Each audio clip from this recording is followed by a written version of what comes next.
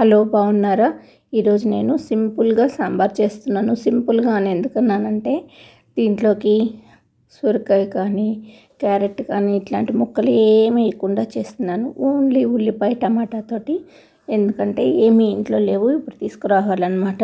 అందుకని ఒక పెద్ద గిన్నె పెట్టాను. దాంట్లో ఆవాలు, జీలకర్ర, ఎండుమిర్చి, మెంతులు వేసాను, ఇంగు వేసాను, కొంచెం ఆయిల్ వేసాను.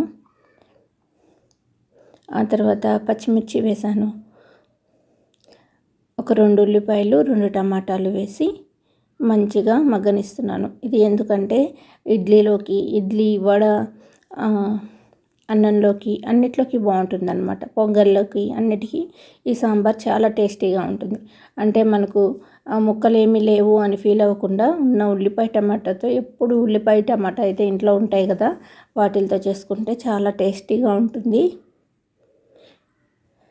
యాక్చువల్గా సొరకాయ ఉన్న క్యారెట్, మునక్కాడలు ఇవి ఏమి ఉన్నా వాటితో కలిపి మనం ఉల్లిపాయ టమాటా వేస్తాము. ఈరోజు అవి ఏమీ వేయకుండా ఓన్లీ ఉల్లిపాయ టమాటాతోటే సాంబార్ చేస్తున్నాం అనమాట. చాలా టేస్టీగా ఉంటుంది, సింపుల్గా అయిపోతుంది.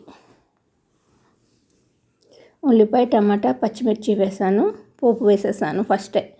ఇప్పుడు కుక్కర్లో కొంచెం చిన్న గిన్నెతోటి ఒక చిన్న గ్లాసుడు పప్పు ఉడికిచ్చాను అనమాట.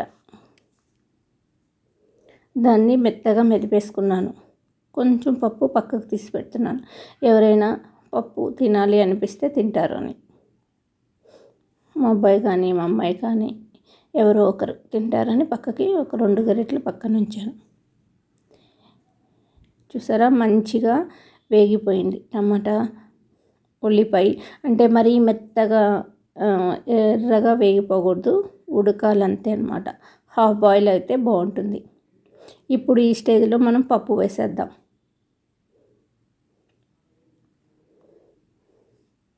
నేను ఈ గరిటెతోటి 2 గరిటెల పప్పు తీసుకున్నాను. ఎందుకంటే ఇది ఈవినింగ్ ఏమో ఇడ్లీ, వడ, సాంబార్ చేద్దామని.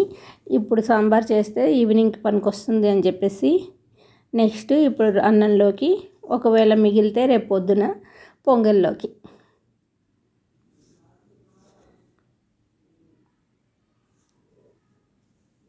చూసారా, పప్పు మంచిగా కలిపేశాను.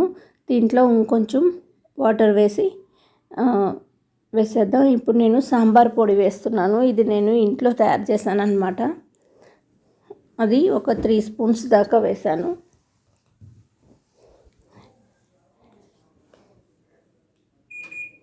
ఈ సాంబారు ఎండుమిర్చి ఎక్కువ వేసి ఉంటాను నేను. కందిపప్పు, మెంతులు, ఈ సాంబార్లో మిరియాలు, ధనియాలు ఇవన్నీ వేసి పౌడర్ చేసిన సాంబార్ అన్నమాట.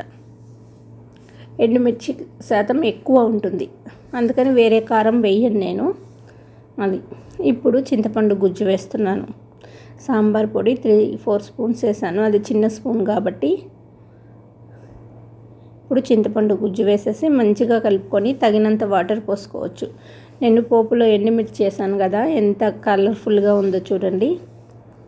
నేను కరివేపాకు ఎప్పుడు పోపులో వేయను, ఉడికేటప్పుడు వేస్తాను. ఉడికేటప్పుడు వేస్తే మంచి టేస్ట్, స్మెల్ వస్తుంది బాగా. ఇల్లంతా మంచి కరివేపాకు కానీ కొత్తిమీర కానీ ఉడికేటప్పుడు వేసామంటే స్మెల్ వస్తుంది. పోపులో వేసామంటే అది వేగిపోతుంది కదా, అందుకని ఇలాంటప్పుడు వేస్తాను. పైగా చిటపట అని అంతా పడుతుంది కదా, అందుకని వేయను అనమాట. తగినంత చింతపండు నీళ్ళు పోసుకోవాలి. మనకి ఎంత కావాలంటే అంత గుజ్జు, పులుపు తినేదాన్ని బట్టి. మా ఇంట్లో మరీ పుల్లగా అయితే తినరు, అందుకని కొంచెం చింతపండు గుజ్జు వేసేసాను. నెక్స్ట్ తగినంత వాటర్ పోసేసుకోవాలి. ఇప్పుడు నేను కొత్తిమీర డ్రై అయిపోయింది, నిన్ననే తీసుకొచ్చారు, కడిగి ఫ్రిడ్జ్లో పెడదామని అన్నీ కడిగేస్తాను. ఆకుకూర ఫస్ట్ కడిగేసి డ్రై చేసి పెట్టుకుంటాను. ఒక్కోసారి కడిగి కొసలన్నీ కట్ చేసేసి ఆరబెట్టి ఫ్రిడ్జ్లో పెట్టుకుంటాను అనమాట.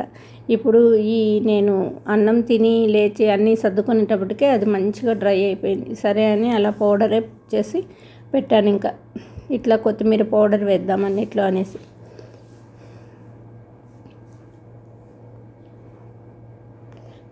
మంచి స్మెల్ అయితే వస్తుంది. ఒక 2 పొంగులు రానిచ్చి మనం పోపు ఆల్రెడీ వేసేసాను. ఎందుకు ఇంకా మళ్ళీ వీడియో కోసం పోపు వేయాలి, ఇంకా వేయట్లేదన్నమాట. మంచిగా ఉడికిపోతుంది. ఇప్పుడు అన్నంలోకి తీసుకుంటూ ఉన్నాను. నేను 2 ఉల్లిపాయలు 2 టమాటాలు పెద్దవి వేస్తే చూసారా, ఒక్క రవ్వ కూడా కనిపించట్లేదు, అంత బాగా ఉడికిపోయాయి. అంటే తక్కువ అయిపోయింది ఆ గిన్నెడు సాంబార్కి. ది హోటల్లో సాంబార్ లాగా చాలా బాగా వచ్చిందనమాట. అంటే చల్లారాక ఇంకా థిక్గా అయిపోతుంది.